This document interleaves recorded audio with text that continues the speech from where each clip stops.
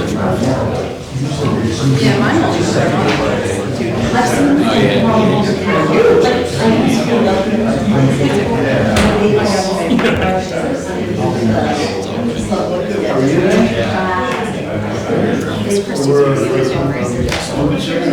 The first one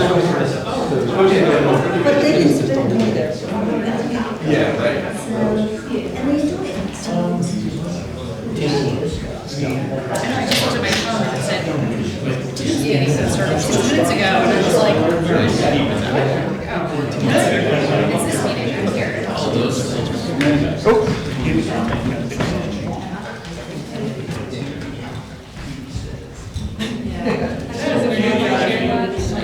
Absolutely. That's Sheila from everyone. That's Sheila from one of the guys that from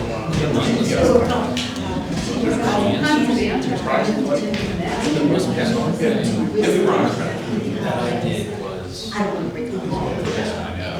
So she just did it 4 hours.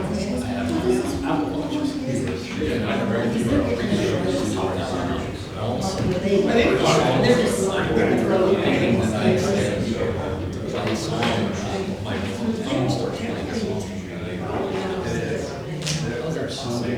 Yeah, everything's looking good. Or the thing you talked about, the eyeball, and also you get all the eyeballs. Right. Oh, yeah. It's still a lot.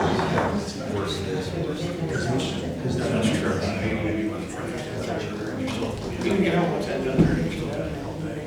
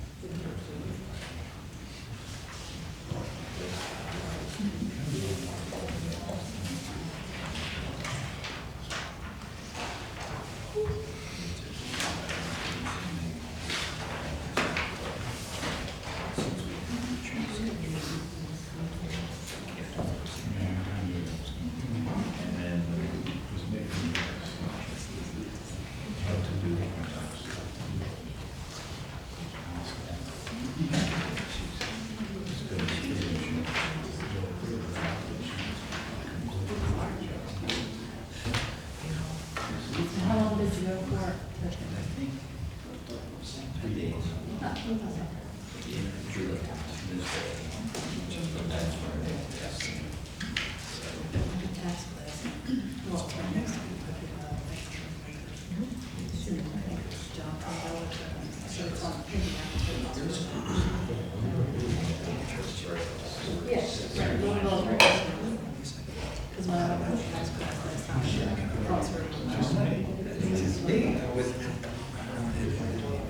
There's a guy over there, the tax. That's really cool. If you have a rock star in tax, opt out. Yeah. He's fancy. He's fantastic. Because he keeps it really interesting.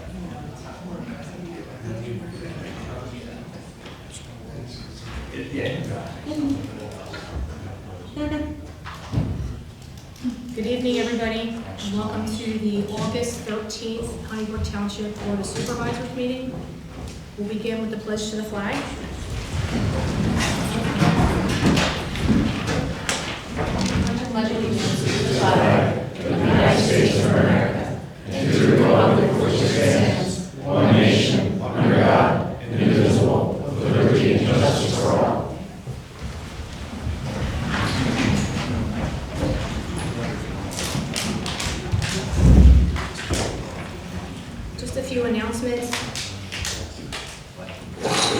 Be advised that we have 4 assisted listening devices available for anyone who's hard of hearing.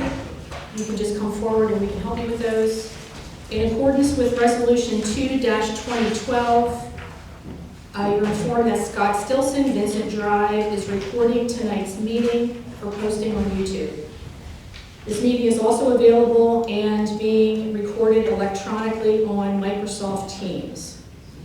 In accordance with Resolution 20-2023, the rules of conduct for public meetings and public comment period shall be observed and are listed at the bottom of the agenda. We'll move into the public comment period.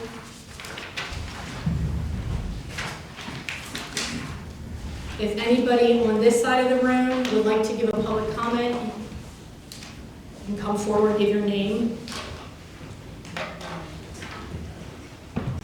Good evening.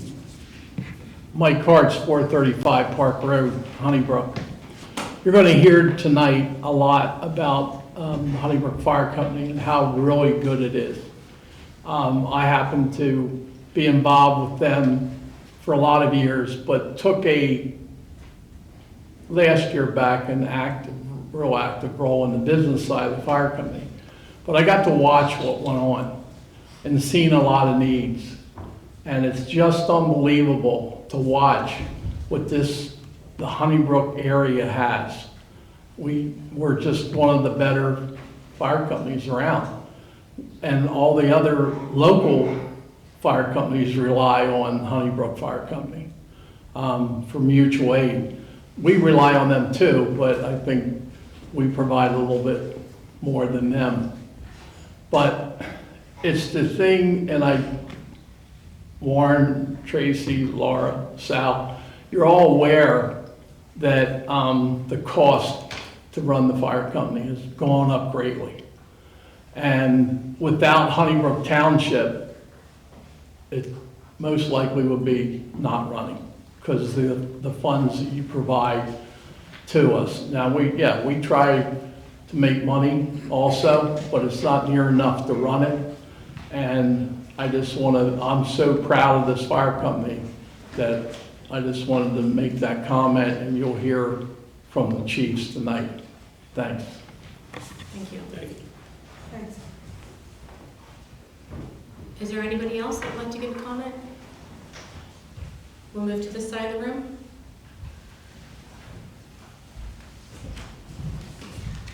Valerie Schultz, 165 Caitlin Court.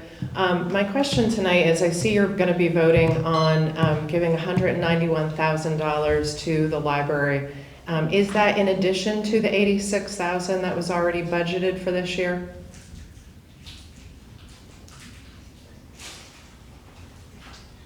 Yes. And is this going to be an ongoing cost? Or is this anticipated to be a one-time? I don't know that answer to that question. So. Because according to my numbers, I thought you guys had a surplus of $200,000 last year. So this amount is quite a bit. I mean, does this burn through that surplus?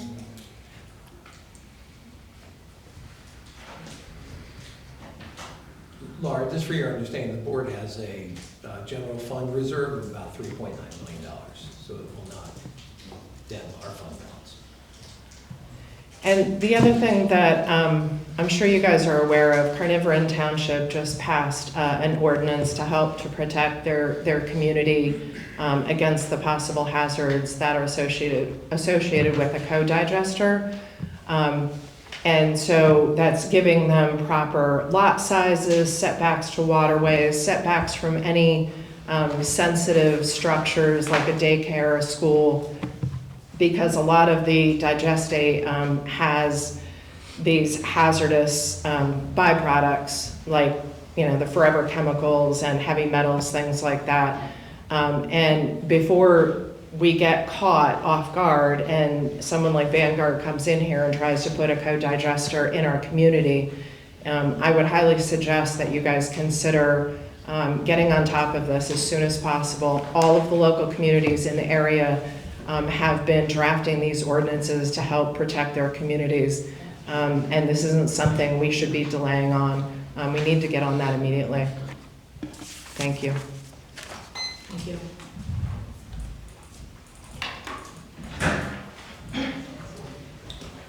Hello, Erin Hamill, 1025 White School Road. Just a couple questions. Last month, you guys enacted the sewer management ordinance, and I just had a question. If I'm in Zone 1 and I had my septic system pumped in July of this year, will I have to have it repumped in 2026? Or just show that it was pumped?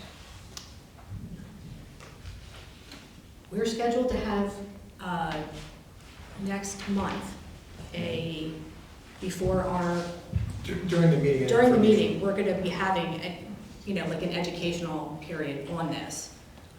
So I would encourage anybody to come out for, and then, there'll be people here that can answer those questions. There is a period of time, I just don't know what it is, that if you have just done it, you are given some benefit, but I don't know that number offhand. So, Okay. I mean, the office can get that answer for you, it's in the language of the documents, but. 'Cause it just That's seems- certainly a question people will have. Yeah, because if I just had it done in July, to have it redone wouldn't make a lot of Fair sense. question. And just out of curiosity, how many on-lot sewage disposal systems are in Honeybrook Township? I don't have that number. I don't have that either. I mean, I would say, Aaron, again, we're having a presentation at next month's meeting. I would say all that information is going to be shared as part of the presentation, and/or you can always email in and we can get you that answer. Okay, I was just curious how many people it was gonna I mean, affect. Christie's worked through the list, but, we don't have it at our fingertips. Okay. Regarding the short-term rental zoning amendment that was passed last month, is that something the township's gonna be actively looking for short-term rentals and enforcing that, or is that just like a reactive approach to complaints? We do scan the websites that offer short-term rentals. You do? Yes. Okay. And lastly, regarding the donation to the library, are you guys gonna be discussing that, what that money is for and how it's being spent? Yes, and the library is here to give a discussion of that as well. And does the township oversee the finances of the library? That will be discussed during that action item as well. And are all of their financial documents publicly available too? That would be a question from the library. Okay, just curious if you guys are actually kind of monitoring their finances, especially in a situation where they're asking for a lot of taxpayer dollars. So, thank you.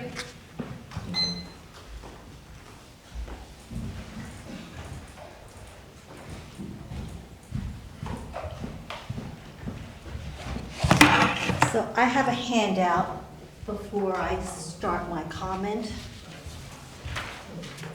So I don't know if I made enough copies for everybody that's here.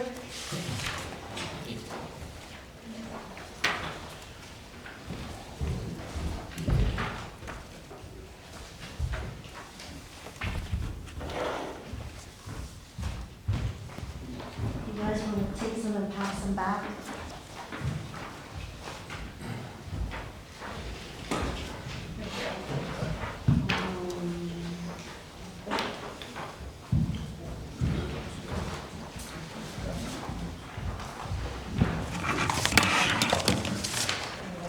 Good evening.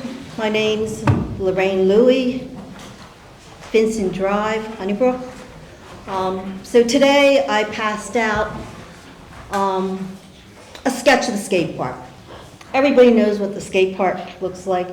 The center picture is the overall layout of the skate park. And then if you work your way top left going clockwise, it's basically the outline of the skate park. And on that sketch, it's color-coded, and you'll see different kinds of cracks that are in the skate park. So let me start at the top. So at the Rec and Park meeting on April 17th, Valerie Schultz brought to the committee's attention and Warren and Laura were there at that meeting. And at that time, she said there were approximately two dozen cracks at the skate park. And her concern was the integrity of the skate park, knowing that the skate park had only been open for about 4 months. So it's been 4 months since she made that statement to the committee, and I wasn't really sure what action the township had taken or is taking. So I, with a bunch of other concerned citizens, we went out to the skate park on July 12th, and we basically mapped the skate park, pictures. I translate that into the sketches that you see in front of you. That's just a mini version of what was compiled. I actually have a 2x3 board with all the photos. But I wanted people to be aware, when Valerie mentioned that there were cracks and people really didn't visualize it, I wanted to put the picture. A picture is worth 1,000 words. So that's why I put that together. I do have a civil engineering background, so I'm just not coming off the street complaining about cracks in concrete. But just to simplify it, I think we all know what a crack in concrete is, at our own home, sidewalk, patios. And you know if you have a crack in the concrete, it doesn't fix itself, and potentially it's gonna become a worse situation. A couple of weeks ago, we had a bunch of rain, many days in a row, and I'll tell you, that was after July 12th, and after that rain, I actually think the skate park developed more cracks. So rainwater is making its way through the cracks, and it's just creating additional cracks. Now I'm using that word cracks loosely because there's a lot of different kinds of cracks that are at the skate park, but it's all a problem. And we have Mike here today. I haven't seen Mike for a while, so he can concur if he's been at the skate park about the situation at the park. On the back side of that sketch, I just tried to, on high-level terms, you know, put a definition to a crack. But I do think it's an issue, and right now it's still nice weather. As soon as we get into that freeze-thaw situation, we're going to have an issue with more cracks. So if you ask me today how many cracks are at the skate park, I'm going to say I think it's well over 100. I lost count. All the pictures, I took pictures, I walked away, and I said, oh, I missed that. And it's just not cracks. There's pieces of metal that aren't attached to concrete, which is an issue. Now, I'm here today because my main concern is safety. The skate park is there. People are having a great time. But as a township, we're responsible for the safety of the people that use that park. So we need to do something. And so I'm not gonna, we need to take action. So I don't know if the action is with Board of Supervisors or Park and Rec Committee. I don't know if you already taken action. Maybe you've contacted the contractor and said, hey, we have an issue, can you come out? We need repairs to be made. So again, my first priority is safety. And then the second priority is cost. Are the taxpayers going to be responsible for any additional costs for the skate park? Is it covered by the performance bond? Is there a warranty? Those are the types of things I would also like to know. So I'm not here to blame anybody about the situation at the park. I really want the situation addressed before it gets to a point of no return where you're going to have so many cracks, you're going to have to start ripping things out. That's it. Thank you. you. Is there anybody else? There being none, we'll move on to. Wait. As a fellow skater, we're used to parks that are usually makeshift and. Sir, can you state your name? Oh, so my name is Robert Buzzard. I don't live in Honeybrook, but I attend the skate park. So this park being so nice, like we've seen some deterioration in the more recent times. It's kind of a shame because it's such a great park. We love it. Yeah, I just hope that, like I've seen parts where it did heave and it was ground down and it looks like there's some cracks that have been filled. There's also constant water in the pool, in the bowl. It doesn't drain. Like just before the grand opening, I actually used my hand to plunge the drain and I let like 4 inches of water out. There was dead frogs.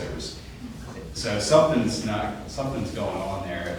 It's not draining, but it's also where there's cracks in the side where it's actually coming through the concrete down into the pool and the seam around the bottom. We'll dry it up with old shirts or whatever, towels, and the water just keeps coming. It's dry now because we didn't have much rain. It's probably not dry now though. But yeah, thanks for the park. Thank you. Okay, we'll move on to the consent agenda. It looks like we have items 1 through 11. It doesn't seem like 12 or 13 are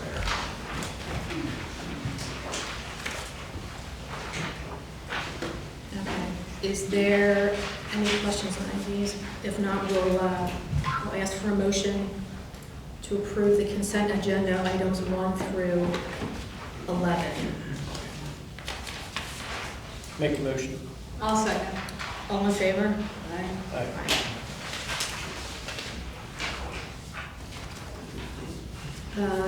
Next, department reports, board of supervisors. I have nothing. Tracy, nothing. All right, there's no report. Next is Pennsylvania State Police. Yeah, and just for your information, we do have Corporal from the Embryville Barracks. I met with Lieutenant Stoner the last few weeks. He agreed to, on occasion, have a trooper himself come out just so they can answer any questions any of the residents would have about the services that the state police have. So if any residents have a question or the board of the corporal, he is on patrol, so his time is valuable. But if there's something anybody has, I'm sure the corporal would be happy to answer as best he could. On any given day, how many troopers are assigned to the township?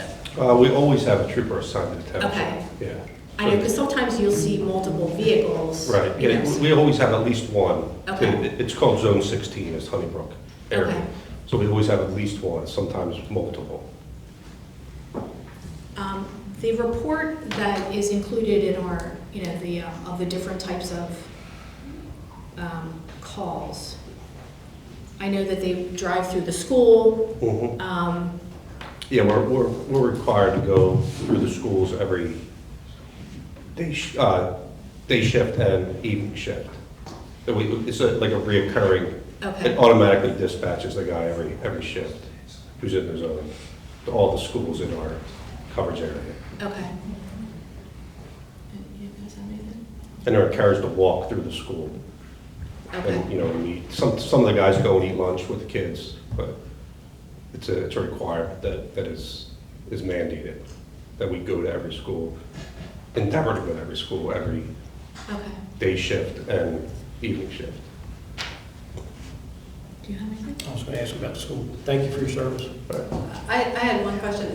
Say if you had a resident that said, okay, there's always speeding on this road, could we say, could you sit on this, whatever road it is? Yes, so if the resident calls in, it's another reoccurring, it's called our CAD system. So if you call in a speeding complaint or, reckless driving, they'll generate something in our CAD computer where it just reoccurs. daily, you know. So they would call like the non-emergency line in Emeryville? Yep. If they can call it. Just say there's continued speeding on whatever Yes. road. And then if they want us, if they would like us to sit in their driveway because they're sitting it there, they'll give permission for that. You know, a lot of times it's tough because you have, you know, our regulations with the speed limit. You know, you can't, if the speed limit changes, we can't enforce it within a mile Wow, for the radar, you know. But they can sit there, which will slow them down. that's quite a distance. Yeah. Thank you. All right? Does one call trigger you to do that? Or Yep, one call. if like somebody calls you? No, one call, one call. Do you know, I mean, PennDOT told us, the more complaints they get, the more Yeah, things if you get, action, if there's a, attention. one call will generate a, you know, I think it goes in for 30 days, into the CAD, it just like reoccurs for 30 days. So, and then the person can call back and see, you know, how often they sat there and what they know, what, you know, what violations that occurred during that time, so. It's definitely one call generated. And I think you have a resident Oh. question. Yeah, is there any way that the public can get information about response times? I'm not sure, I don't know how to answer that for you. I can't, I mean, I can look into it, I'm not sure if they'd be able to do any kind of, it would probably be some kind of study, because it varies, right? But the Honeybrook car is at, you know, the crash, you know, so then they gotta pull someone that's not Honeybrook to go up. So it's, So you said we are, the township area 16, so is area 16? that's just how we break up our zones. Okay, so like with that zone, how big is that zone? Is like Honeybrook Township only, or zone 16 larger and include other? It would be Honeybrook and West End would be it. So that would be it for 16. Thank you for you. All right, thanks, Corporal. All right, thank I you. appreciate you coming out. Thank you. Stay safe.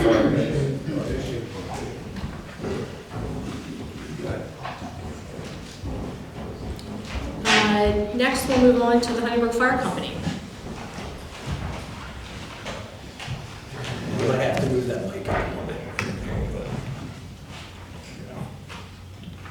Okay, good evening. My name is Ryan Plank.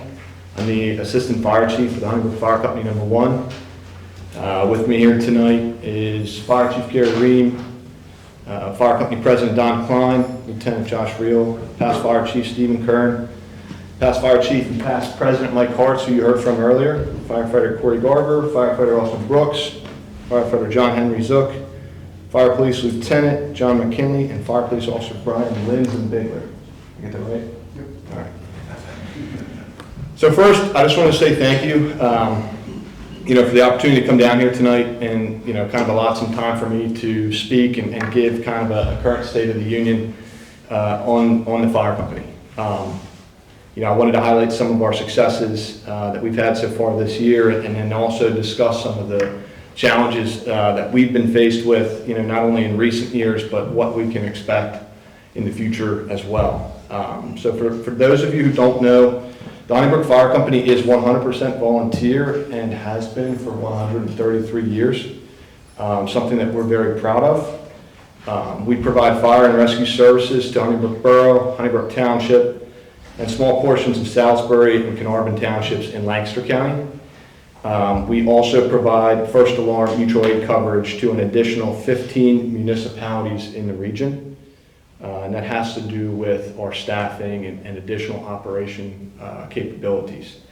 So far this year, it's been another busy year for the Honeybrook Fire Company. We've responded to 267 emergency calls for service, which reflects a 4-year trend in record-breaking call volume.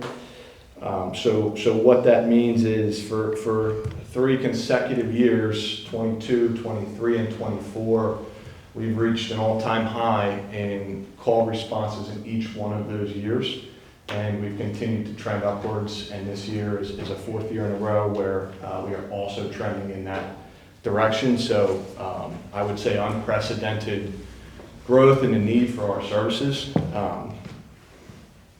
So fortunately for us, we have some of the best, if not the best, manpower situation in all of Chester County. Mike had spoke to that. Currently, we have 50 active and highly trained members that are, ready to respond at any given moment. We joke oftentimes our rigs hit the street and there's still guys left at the firehouse because there's just not enough seats in our fire trucks for them to get on, which is the total opposite of what you're going to see in and around Chester County. A lot of times it's empty seats on fire trucks, and that's just not the case here in Honeybrook. For us, looking at, in 1980, the state of Pennsylvania as a whole had 300,000 volunteer firefighters. Today, there's 30,000, and that number is dwindling. So it kind of gives a little bit of context that, the Honeybrook Fire Company is the exception and not the rule. Just some quick statistics. Our response times are some of the fastest in the county as well. Average dispatch to response happening in just 3 minutes and 27 seconds. And from dispatch to arrival, that happens on average less than 9 minutes. So we are lightning quick, and we are staffed and ready to answer the bell. Just a couple highlights. Last year we implemented a structured in-house training program for the crew. So nearly every single Monday night, throughout the year, we have scheduled training sessions that cover a multitude of different topics to ensure that our crew stays sharp, can improve their skill set, and be ready to answer the bell, whatever that may be. In addition to the training that we are doing every week, we also complete public outreach and educational events regarding fire safety. Generally what we do is we travel to all of the schools in and around this area, public institution as well as the local Amish community schools, and we conduct fire safety presentations. Fire Safety Month is every October, so every October we're very busy with that. But we also try to make sure that we're conducting our public outreach events as well. And then in addition to those non-emergency events, we also hold 7 annual fundraising events every single year, which include 2 boot drives, 2 chicken barbecues, a quilt sale, an Amish wedding dinner, and a golf outing that's held right here at the beautiful Honeybrook Golf Course. And these fundraisers, they remain essential to making sure that we have the financial means to continue to run our 100% volunteer operation. So, if you're looking at just those non-emergency activities that we do so far this year, we're at 2,500 individual man hours just dedicated to non-emergency events such as training, fundraising, and public outreach. If you add in the average turnout of 15 members per emergency, and again, that's going to vary on the severity of the emergency. If we have a house fire or a structure fire with people trapped, we might get 30 people, 35 guys that would come out, for some of the non-emergency events, we are averaging around 15 individuals. So you can start to get the sense of how busy the fire company has really become. I just want to note, if there's anyone that's looking to help, we're always interested in, and always open. Our doors are always open to anyone who wants to help, whether it be structural firefighting, administrative, fire police. If you want to, get training on how to drive the trucks, please come down to the firehouse any Monday evening and just ask to see one of the fire chiefs, and we can get you squared away with membership information. Now, with everything good going on with the company as of late, we are faced with a multitude of growing challenges. I don't think anyone in here is a stranger to inflation. Since 2020, it's really taken a toll not just on our company, but emergency services as a whole. Fire engines cost well over $1 million, and there's nothing we can do about it. A ladder truck can cost north of $2 million. When you're talking in terms of chicken barbecues, you can try to do the math in your head. It's not going to add up. So, just to run through some of these costs, a set of turnout gear is $6,000. We have 50 sets of gear on our wall. Rescue tools are $15,000 each. SCBAs, the breathing apparatus that we wear when we go into an IDLH environment, are over $10,000 each. We just replaced our fire hose at a total cost of $70,000. We can't do our job without any of these items. The list really just goes on. And our fundraisers, they've been helpful, but they just haven't been able to offset the unprecedented rising cost for apparatus and equipment. And, with that said, I do want to acknowledge Honeybrook Township has been instrumental in the last 5 years, and even dating further back in supporting the Honeybrook Fire Company, like Mike said. if you read the news, it's not uncommon for municipalities to turn their back on emergency services, but that's just not the case with Honeybrook Township. You know, time and time again, they've proven their commitment to public safety and emergency services. Their track record shows that, and it's something that I think we should all be very proud of. So on behalf of the Honeybrook Fire Company, thank you. I'll end with this. In 2022, we signed a contract to replace our aging 22-year-old attack engine. So for anyone who doesn't know what that means, that's our first out engine that shows up first. If your house is on fire or structure's on fire, that's the truck that shows up first. We bought that in 2004 for around $400,000. We replaced it for $953,000. If we were to go and sign for that exact same engine without changing any specifications, it'd be $1.25 million just 3 years later. So just to get a flavor of how rapidly these costs are increasing, it's becoming extremely difficult for volunteer and smaller organizations such as ourselves. So with that said, a large chunk of our capital we have invested to cover the replacement cost of that engine. And unfortunately, everything that we've done to prepare for that, we just couldn't prepare for the rising costs that were coming. So we have 2 essential vehicles in our small fleet that are in need of immediate replacement. A 2010 command vehicle and a 2010 utility truck, which is an all-purpose vehicle that serves a multitude of different roles. They're very important to our daily operation. We, in the fire service common practice is to replace these vehicles every 10 years. For financial reasons, we've done everything we can to extend the life of these vehicles for as long as physically possible. We've even invested over $8,000 in recent years just to keep them roadworthy. So I come before you guys today to just ask the members of the board, is there anything that Honeybrook Township might be able to do to assist with the replacement of these very essential pieces of apparatus? And that's the end of my report. Thank you. Thank you. Question, Yeah. you mentioned training hours. Yeah. Roughly how many hours does one of your volunteers put in? So as a whole, I think we put in about 1,400 to 1,500 hours last year just in-house. And that's just for our guys, their weekly training to stay sharp. Now, if you wanted to come down to the firehouse, and I don't want to scare anyone away, but to get certified to, get the training you need to ride on the apparatus and go inside and fight a fire, it's a minimum of a 200-hour academy that all of our folks go through, and that's just one training. In EMT, we also try to provide EMS service where, there's gaps and where we're needed. That's another 200-hour course. A VRT, just to, be able to operate the rescue tools at an accident where somebody might be trapped, it's a 48-hour course. We have water rescue capabilities, we have rope rescue capabilities, we have advanced firefighters, which is the next level up, firefighter 2. So, you could, in a career, easily sink 1,000 to 1,500 hours just in training on certifications, not including what we're doing every Monday night at the firehouse. What can we do better from our point of view, whether it be the community or the township? What can we do better to help these young men that are out there? Yeah, no, that's a great question. I think, for the community, I would say, please come out to our fundraisers. We work really hard to prepare those. We have some folks that really do an amazing job, and just support us in any way. If you have interest in getting involved, we're welcoming to everyone, so come on down. I think the township has done a phenomenal job in supporting us, and like Mike said, not sure where we would be as a fire company. I don't know if everyone in the room realizes that the all-volunteer fire company is not a common organization anymore.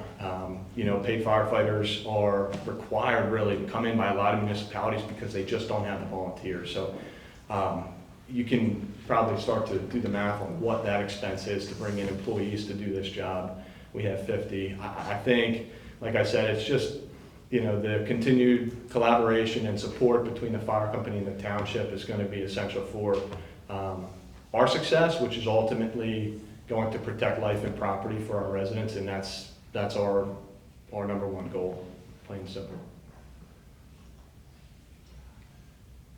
Thank you, guys. Thank you for Yeah. your service. Thank you. Thank you. Okay, thank you.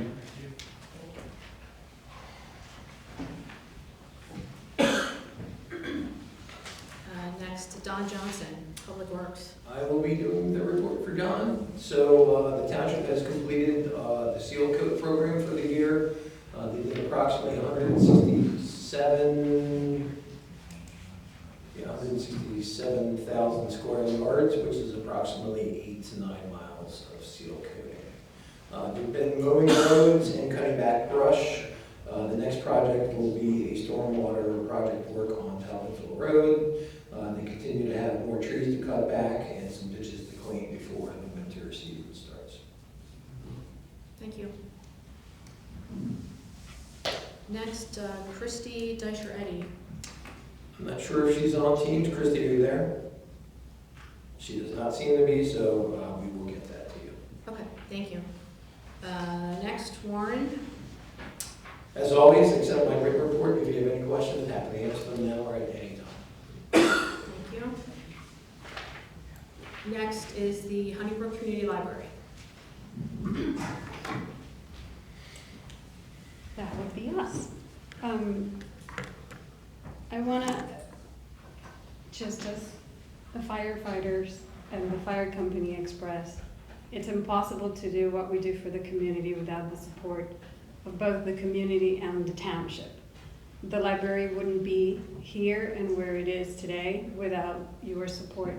So it's very encouraging to hear interest in the library when we come to these meetings, because we continue to need the community support and the support of the township to offer the services that we offer. I have updates on just our everyday things. Our summer reading program is coming to an end next week because school is starting, and everything has been very successful this summer.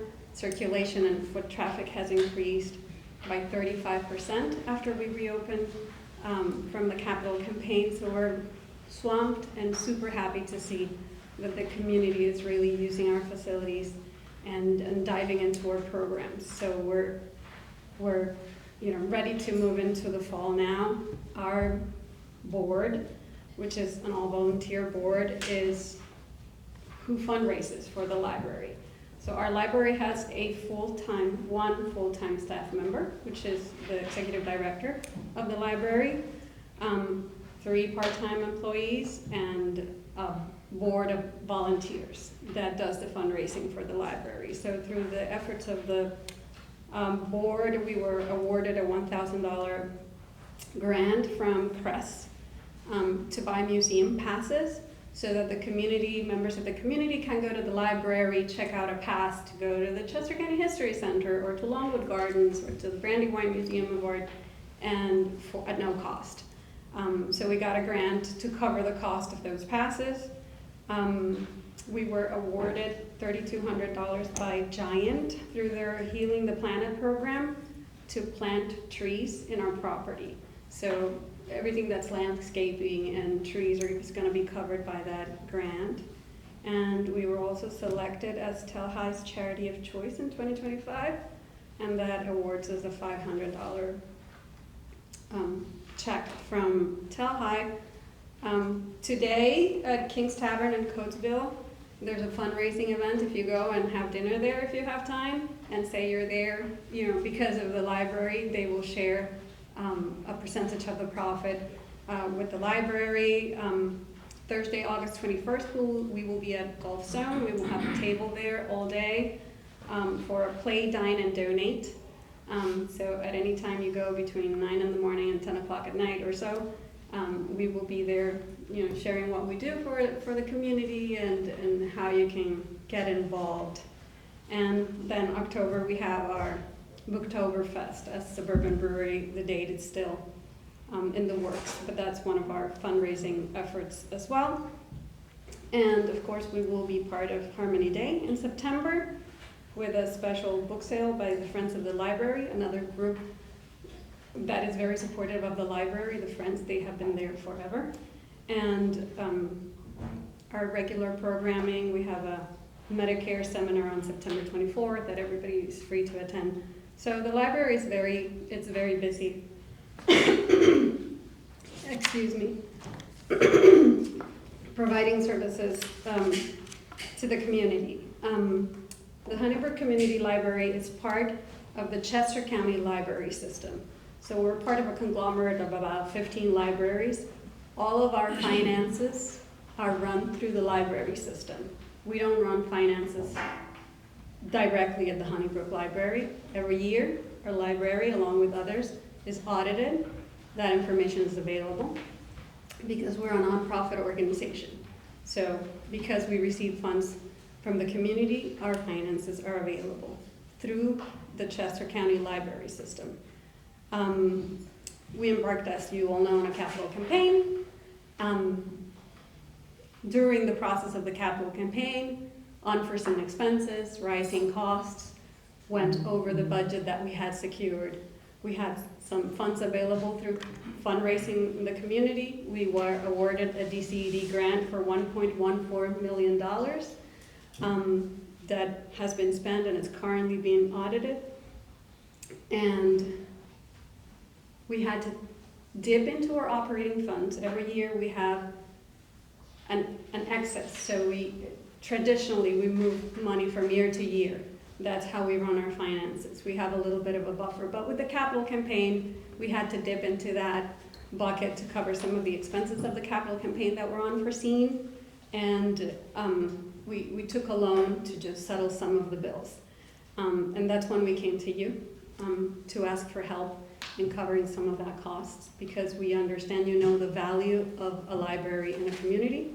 Those of us who have kids who read are very much invested in having a resource like the library for the community. So I'm here to say thank you. I cannot express in words the gratitude we as a board feel for your support and for making the expansion of the library possible and for allowing us to continue to operate and serve the community, a community that is growing and that it's really embracing the services that we are providing and that wouldn't otherwise be provided if the library was not there. And I invite everybody to join us and to support the library, and what we do is very important. Fundraising is very hard. It's very hard to do it as a volunteer. It's what I do for a living. I'm a fundraiser. It is very hard. But when the community is aware of the value of the services that are offered and of the organizations that are in their midst, then it becomes easier. So get involved with the library, learn what we do, what we offer, what we need, and that will allow you to just be a little bit more aware of why the things are the way they are, and why we ask the township for help, and the township is gracious enough to understand that it's a value to the community. So I thank you for that. I think that's it for me. And get involved with the fire company too, because you guys know this stuff. Thank you. Thank So you. the question, am I accurate in saying the support that you're looking for is directly related to, or basically directly related to the project and the insufficiencies of the project or overruns, et cetera, et cetera? It is directly related to the capital campaign. Do you feel the outside that dollar amount, your day-to-day operations moving into the future, the library system, and then your fundraisers, et cetera, and you guys are okay? We have been, now we have a bigger facility, so our budget is going to need to adjust this year to reflect, a bigger light bill and potentially additional staff. But with the increase in foot traffic in the library, you also have more community members aware of our services. So we understand that our efforts will be enough to cover that, but next year it's going to be a clearer picture because we haven't had a full year of a new library just yet. So next year we will have a clearer picture of if our fundraising efforts We also do two big-ish fundraising efforts a year, which is the Beef and Brew, that's at the Legion, and then the Booktoberfest, but that is in relation to costs and expenses. It's not a lot. Some of these things are more friend raisers than they are fundraisers. They bring some cash, but not enough to cover, our expenses. So next year we will have a clearer picture. We are, as a board, we are very careful stewards of the resources of the library, and the township has been kind enough to offer their support in terms of when we're sitting to prepare the budget next year at no cost to the library, so that we can prepare for unforeseen projects, for things we want to do down the lane. We continue to fundraise for our capital campaign because some things were not completed. For example, just top of my head, we need acoustic panels for our community room. There's a community room now in the library that people can use and request to use, but it needs some acoustic panels.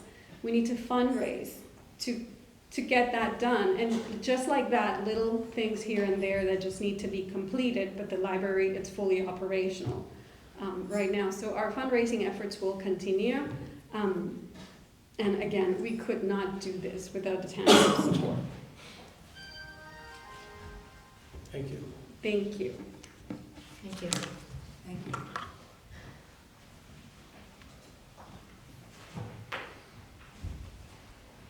Next is Land Preservation Committee. Steve, you look like it's it. You're I in. guess I'm the only one here, so, Yep. all right. Our meeting is scheduled for Tuesday. We've been going back and forth working on the draft for the 2025 plan. I think we'll have something together before then. Other than that, I think we're doing good, so we'll have something to talk about on Tuesday. Thanks. Thank you. Next, Planning Commission. Just for Planning Commission, I don't have anything for this upcoming meeting so far. There is a deadline, I believe, of a couple days yet before the deadline submits for the August 28th meeting. There are a couple of recommendations before you tonight under new business that we'll get into in a moment, but I don't have anything to add beyond that unless Aaron or Gary, if you have anything. No. All right. Thank you. Thank you. Parks and Rec. I don't know if I see anybody. The Park and Recs, they had a jump plan upgrade public meeting last week to seek some input from the residents. They continue with their Family Fun Fridays that go through the remainder of this month. And they are starting to work on installing the disc golf course. They had gone out and marked out where their tee boxes and other items will go. And I believe the road crew will be assisting in the installation sometime next week, so you should see that in the next few weeks. Okay, thank you. All right, we'll move on to new business. The first item is the list of bills for payment as prepared by the treasurer and the financial security releases as recommended by the township engineer. Let me see, there's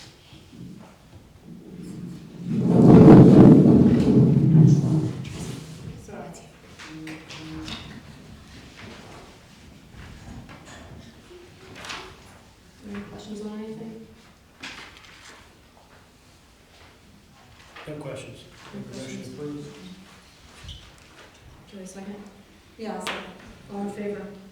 Aye.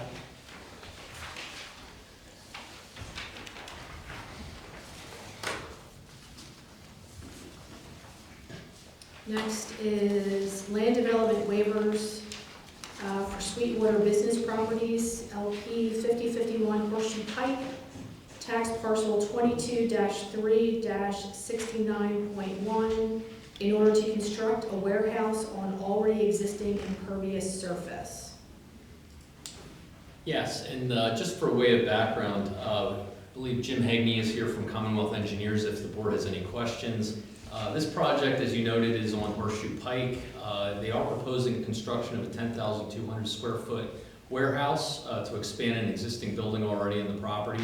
The warehouse is actually located, or going to be located, on existing asphalt, so there is essentially no impact as far as parking demand because it is being used for product and parts storage. So the impacts related to sewage and water, employee count, traffic count, those types of things will not change as a result of the project being considered. So as a result, the Planning Commission reviewed this request at their last meeting, and they are recommending approval of the waiver of land development for this case.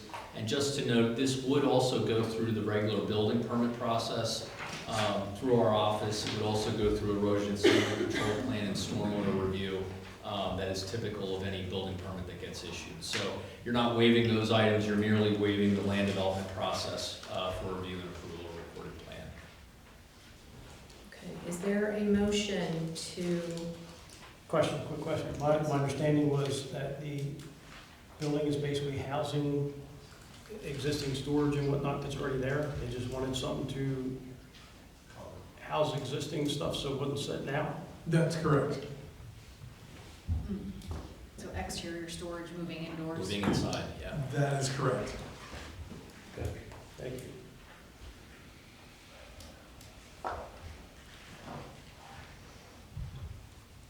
do I have a motion? Make a motion to approve. Second? Second. All in favor? Aye. Aye. Thanks. Thanks, Jim. Next is a motion on variance application number 2025-5 to section 27-902.d of the Township Code of Ordinances as amended by Amos G. Stoltzfus, 173 Lily Road, tax parcel number 22-9-52, in order to construct a horse barn 44 feet from the property line instead of the required 60 feet. And just by way, is Mr. Stoltzfus present? I didn't see him. Okay. This is essentially, it was also reviewed by the Planning Commission. They are replacing an older barn that was already on the property with the new barn. And they are on a 7.5 acre parcel. The closest property line to them would be a approximately 12.5 acre parcel that's used for agricultural use. So obviously the new barn is a little larger than the existing barn that was already there, thus the encroachment. Planning Commission did review this as well, and they did offer a position of support for the application given the nature of the use being proposed. There will be stormwater that will be required after the zoning would be addressed through the zoning hearing board. Mike, just a question, I'm looking at the application. The application says it's 40 feet from the property line, not 44, is that correct? Yes, that's correct. Okay, so the agenda has a typo. Yep.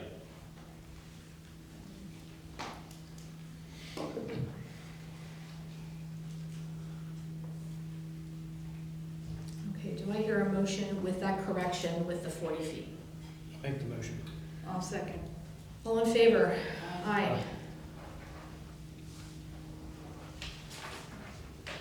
Next is a variance application 2024-9 of John Kaufman, 102 Sipley Road, tax parcel 22-7-1, to sections 27-502.a, 27-1065.a.1, and 27-1065.a.2 in order to operate a short-term rental in the mixed-use residential zoning district in an accessory structure not previously used as a dwelling and on a parcel smaller than 2 acres. Yes, and this, just by way of background for the board, this was previously discussed by the Planning Commission prior to the amendment that we did for the short-term rentals. So this latest application was amended to essentially address that amendment and make corrections and so forth. Just to also note, the accessory structure that's being noted was in fact a pool house, so it was confirmed that a building permit was obtained, and obviously for the conversion, once it gets approval from the zoning hearing board, would have to get those approvals in place following that motion. If you have any questions on this, Planning Commission did grant a position of support again, given the nature of the rural area of the township, the fact that it's 85% approximately the required size for a short-term use, the accessory structure already existing, not newly built for the purpose, and the ag zoning along the rear and eastern property lines, just were some of those considerations. Mr. Kaufman, are you here this evening? Yes, good to see you. So if you have questions for Mr. Kaufman, he's present. I don't have anything. Nothing, Tracy? Okay. If there are no questions, do I have a motion? Make a motion to support. Second. All in favor? Aye. Mr. Kaufman. Yep.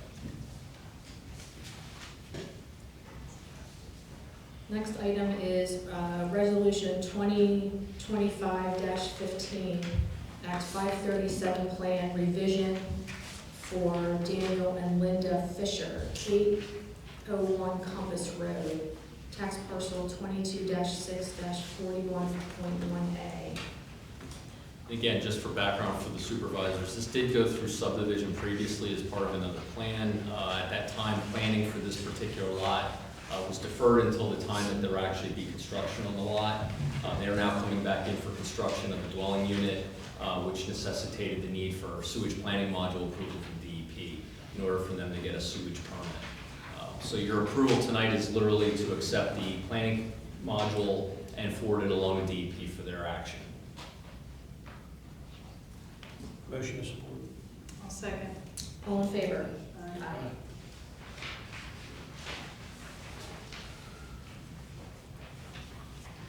Next item is Resolution 2025-16, allocating unencumbered funds for a donation of $191,371.70 to the Honeybrook Community Library. Just for the board's background, Peter Barger, the township treasurer, and myself have met with several members of the library's board of trustees over the last handful of weeks. We reviewed the treasurer's report and the profits and losses. Patchy had indicated they had already just operating to complete their capital projects. So if the board grants this motion, the board of trustees have allowed the township to review their existing books and records, review their current past profit and loss sheets, review their federal Form 990, and analyze any deficit or otherwise in any of their budgets. And as Patchy said, to have a seat at the table during their budget discussions so they can have the township's eye on what they're planning on doing and provide some recommendations, not essentially oversight, but maybe get a third party's view with the treasurer's expertise as a CPA, and maybe help guide them to ensure that they continue to operate in an efficient manner going forward. As Patchy said, the library does do a lot for the community. I think it's an essential resource. If you look through the Chester County Library's annual report on the funding for all the libraries in their districts, many municipalities provide a lot of funding and some do not provide. So it's not uncommon for municipalities to give upwards of $800,000 a year to support local libraries because all the municipalities understand that it's an essential function for a well-functioning community. So.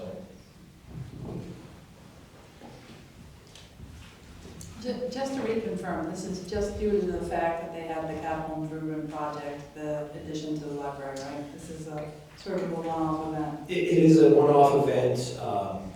The library and Rocky, the previous president, was trying to run a very tight budget and didn't foresee unknown cost overages, which probably occur in most build-outs of most large projects. So I believe the library's intent was to work within their means, but outside unforeseen instances would make them have to complete the build-out. So this would just be getting back into an operating standard for this year.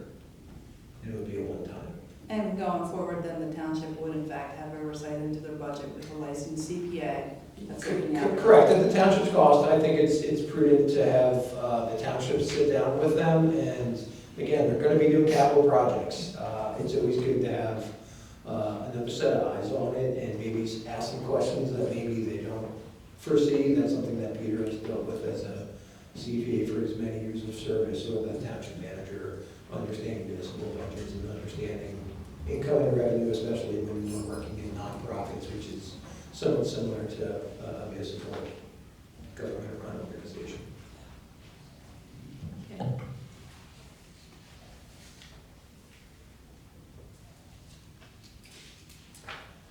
Do I have a motion? I'll make the motion to approve. Second. All in favor? Aye.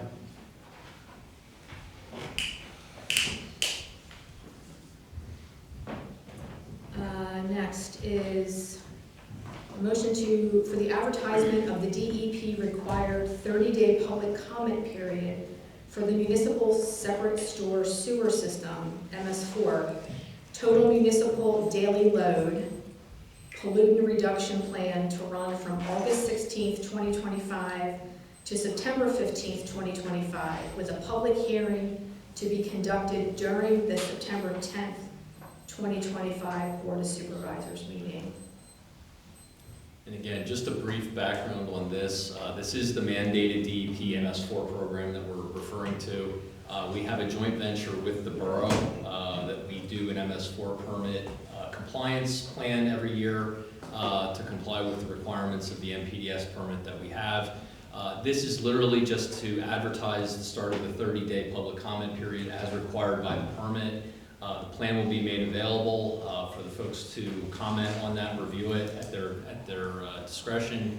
And again, similar to the on-lot sewage presentation we'll have at the next meeting next month in September, Jennifer McConnell from my office will be doing a short presentation regarding the MS4 program as well. I won't get into the weeds tonight on that. That gets fairly complicated and technical, but that's the background that you're voting on this evening, just the advertisement for that hearing and public comment. Thank you. Make the motion, support. I'll second. All in favor? Aye. Aye. Next is Resolution 2025-17, authorizing an intergovernmental cost-sharing and cooperation agreement with Honeybrook Borough for administering the MS4 permit requirements for portions of the Upper West Branch Brandywine Creek watershed for the 2025 to 2030 MS4 permit cycle. And similar to the previous item, since we do have that shared effort with the borough, we have agreed to an agreement under the past permit to share those costs between the two municipalities. I believe Honeybrook is 2/3 and the borough is 1/3 of that. And that kind of coincides with the areas that we're dealing with, the size of the township versus the borough for that breakdown.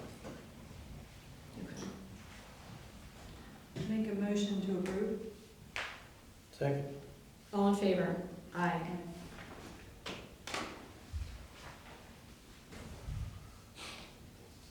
Next is resolution number 2025-18, allocating unencumbered funds to the fire fund for vehicle and equipment purchases by the Honeybrook Fire Company and the Twin Valley Fire Department in the amount of $236,638.67.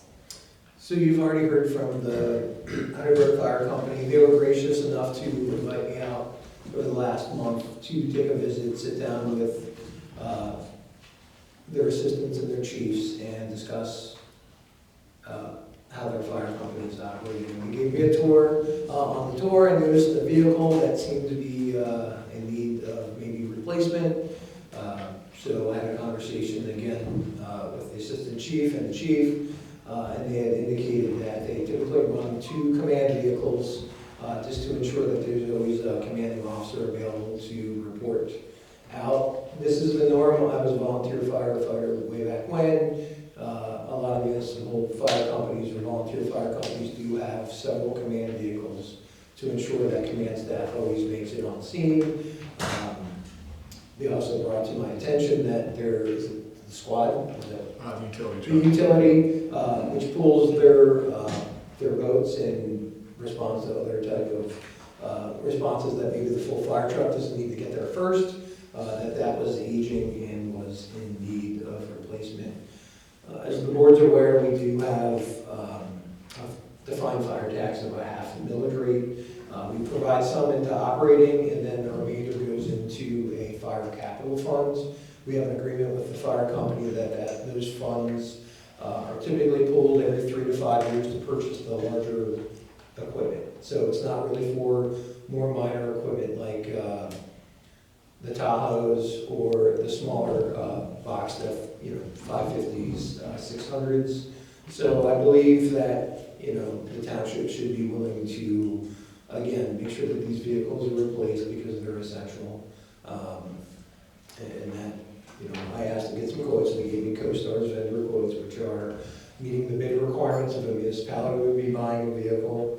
So that's the 2 asks for vehicles for the Honeybrook Fire Company. When I met with the Twin Valley Fire Company, I met with their chief. They had a couple different asks. They wanted to purchase some, actually wanted us to apply for grants for some firefighting suppression equipment to fight electric vehicle fires, specifically fire blankets that you put over the EV vehicles, and also a special nozzle that I believe reduces the amount of water needed to keep those EV fires down. The thought, I believe, of the township is if Twin Valley needs them, obviously probably Honeybrook Fire Company should get them. I didn't think writing an Ellis grant, which takes approximately 3 years to receive funds, was a worthwhile amount of time to lapse to get this equipment. As I stated before, the township has about at least $3.5 million of fund balance in the general fund. That's not allocated for any expense this year. So I just think that we do need to provide for the fire and EMS services. And I think it's a good ask, and I believe the township should donate those unencumbered funds. Warren, what is the, so the blankets and the EV suppression equipment for Twin Valley, how much? So that's $8,500 for 2 blankets and the suppressor nozzle, and the request is to provide that same dollar funds in addition to the 2 vehicles and their build-out costs to the Honeybrook Fire Company. I believe every township, every fire company that serves the municipality should have those equipment. We have EV chargers out here.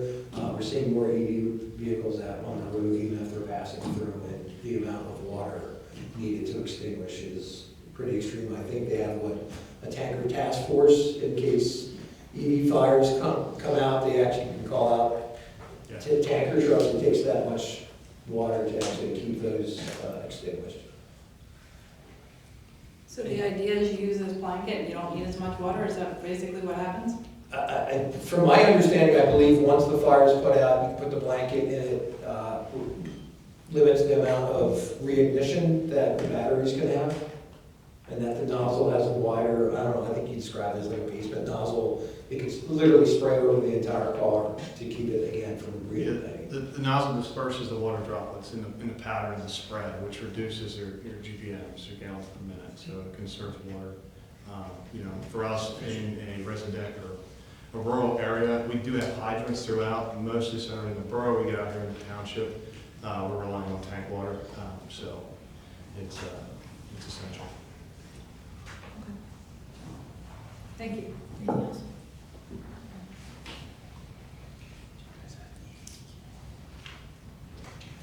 I'll make the motion to support. I'll second. All in favor? Aye. Aye.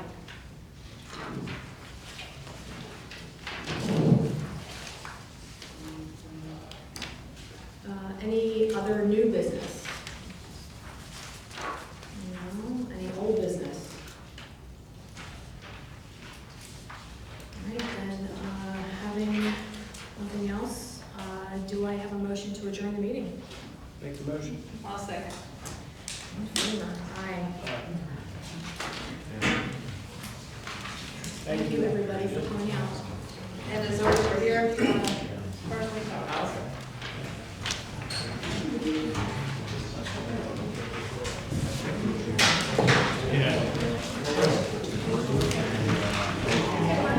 Hello, Randy from the Customer Management. So I know that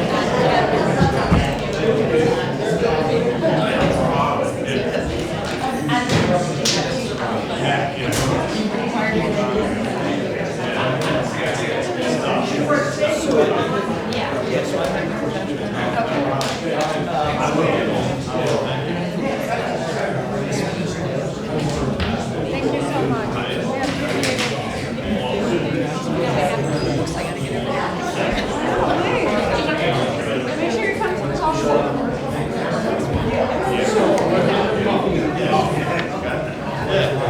Thank you.